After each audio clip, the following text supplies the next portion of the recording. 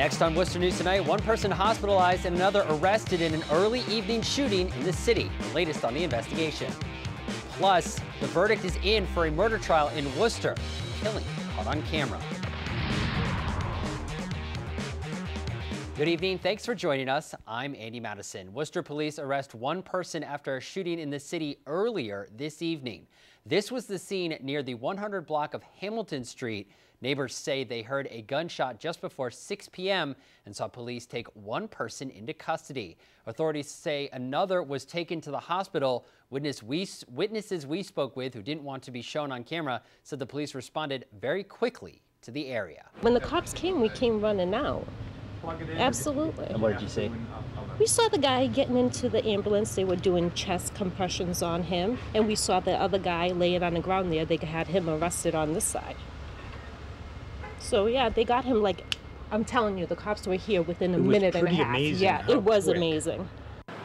The condition of the person taken to the hospital is not known at this time. Sutton police are thanking the public for helping them catch two men wanted for stealing a truck earlier this month. Last week, the police posted a picture of these two men on Facebook saying they were wanted in connection with the theft. Today, they posted they were able to identify the men as Brandon Saucier and Nathan Demers of Sutton. Both were arrested and charged with larceny of a motor vehicle. The truck was also recovered.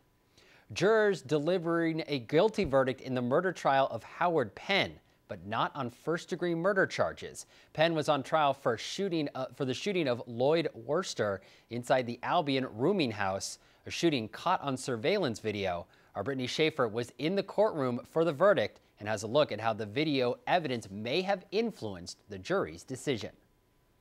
Guilty or not guilty of the charge of murder in the first degree? Not guilty. Guilty or not guilty of the lesser included offense of murder in the second degree? Not guilty. Guilty or not guilty of the lesser included offense of voluntary manslaughter? Guilty. The jury reaches a verdict Monday in the Albion rooming house murder trial. 56-year-old Howard Penn is found guilty of voluntary manslaughter. Upon your oath, you say the defendant is guilty of voluntary manslaughter with excessive use of force in self-defense. Obviously, we're very pleased with the conclusion they reached because that was the conclusion we felt was appropriate all along. Defense attorney James Krasnew says Lloyd Worcester's hostile nature towards the defendant helped him show this was a case of self-defense and not first-degree murder. The client's recounting of their long, inimical and hostile history to one another. There were two other witnesses who testified to the abuse which my client underwent at the deceased's hands for over a year. Penn is due back in court Wednesday to receive his sentence. Krasnew says the sentencing could range from 10 to 25 years. The judge has a huge range of sentencing he can give, all the way up to 20 years for manslaughter, and we believe 2.5 years on either the gun and or the ammo charges. Brittany Schaefer, Worcester News Tonight.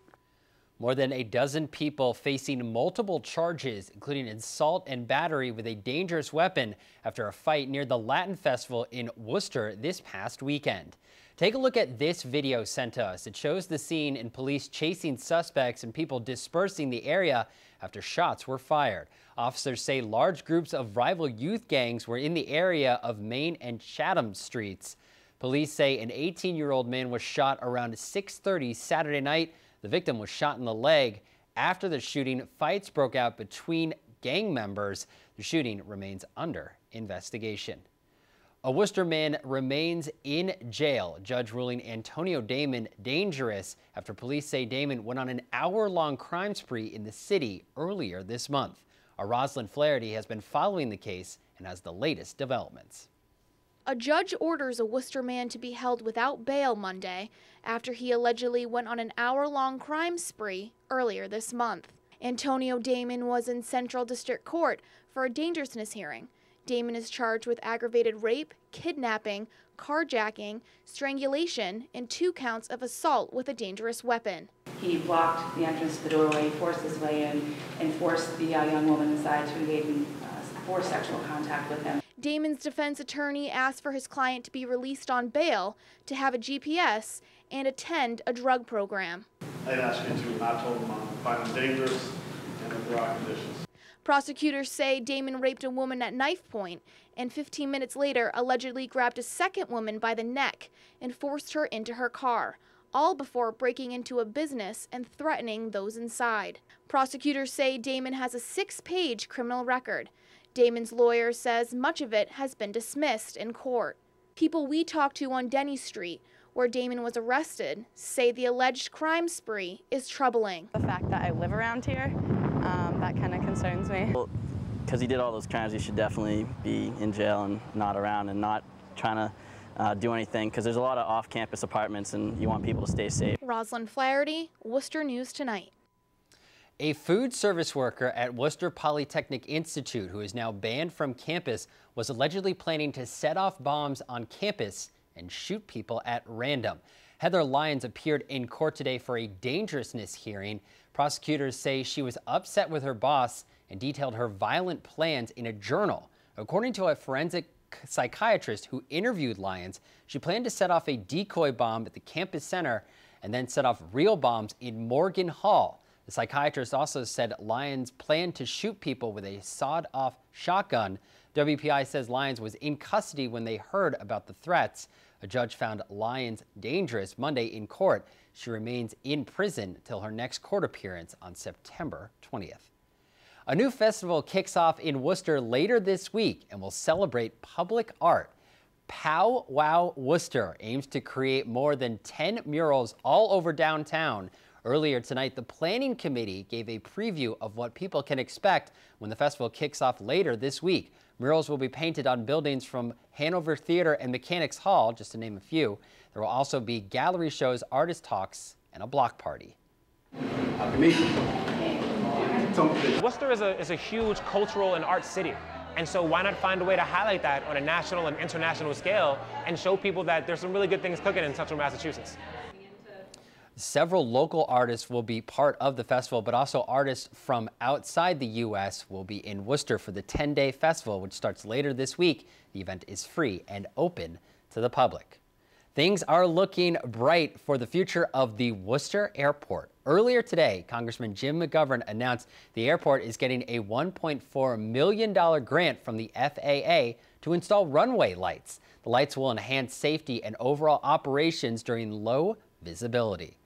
A bridge on the Webster-Dudley line dedicated to first responders and those who service the town. The Veteran Services Officer, Richard Hollowa, says it's important for anyone who helps take care of the community to be recognized. The Perryville Bridge Road is on the border of both Webster and Dudley. Hollowa says this will act as a constant reminder to residents about the men and women who serve the community. Everyone knows that. You need more folks like the chief and his staff out there, along with the fire department, because you know, there's more people that are living here than versus a few years ago. Certainly, it's greatly appreciated. You know, especially in our field, a lot of times the work you do goes unnoticed or underappreciated in a lot of ways. And so, for people like Veterans Agent and all the other folks that took the time to initiate this process and get that done, it's really certainly very humbling and very greatly appreciated by all of us. A bridge dedication ceremony was held early.